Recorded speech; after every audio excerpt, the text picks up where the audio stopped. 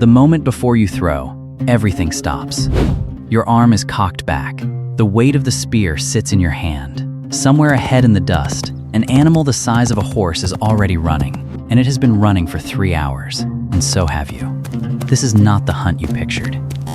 Here is the paradox at the center of prehistoric hunting. The craziest weapons your ancestors ever used were not the most complex. Some were a single curved stick, some were a handful of poison, extracted from an insect larva.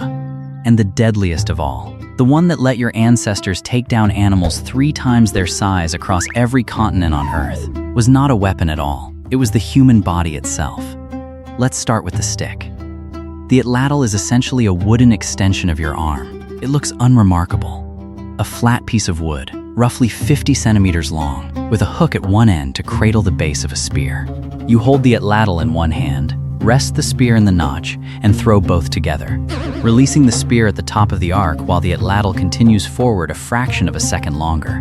The physics of what happens next are worth stopping for. By extending the effective length of the throwing arm, the atlatl multiplies leverage, transforming the same muscular effort into a projectile traveling 3 to 4 times faster and hitting with dramatically more force on impact. The same arm, the same person, 3 to 4 times the force on impact. Think about what it takes to invent that. You have to model physics in your head before the word physics exists. You have to imagine a tool that solves a problem of force and then build it from wood. And your ancestors did not discover this principle once. Atlatls have been found at sites across Europe, the Americas, Australia, and Africa, emerging independently in cultures separated by oceans and tens of thousands of years. They discovered the same solution everywhere because they were asking the same question everywhere. How do I hit harder without getting closer? But the atlatl was not the strangest method. The San people of the Kalahari developed a poison system so precise it still commands the attention of researchers today. The active ingredient came from the larvae of the Diamphidia beetle, found buried in the sand beneath certain host plants. The larvae were crushed, and the extract was applied in tiny amounts to the shaft just below the arrowhead, so little that the dried application was barely visible to the naked eye. The poison did not kill quickly. It attacked the nervous system over 3 to 5 days, slowly immobilizing the animal from the inside, which meant that after the shot, the real work began. The hunter had to track the wounded animal, sometimes for 2 full days, reading its footprints, reading the way its gait had changed, reading the flattened grass where it had lain down through the night.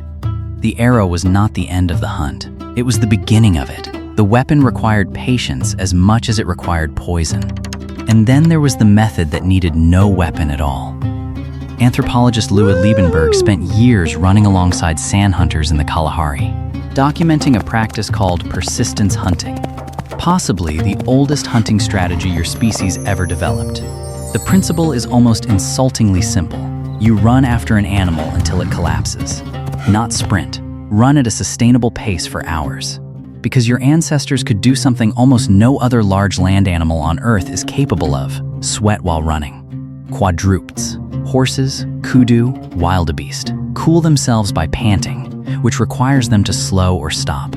Your ancestors, running upright on 2 legs, could thermoregulate continuously at speed. They did not overheat. Their prey did. Evolutionary biologists Dennis Bramble and Daniel Lieberman made this case in a landmark 2004 paper in Nature. The human body, they argued, is not merely capable of endurance running. It is specifically built for it. The Achilles tendon stores and releases energy like a spring with each stride.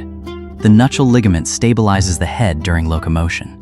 The gluteus maximus, the largest muscle in your body, fires primarily when you run, not when you walk.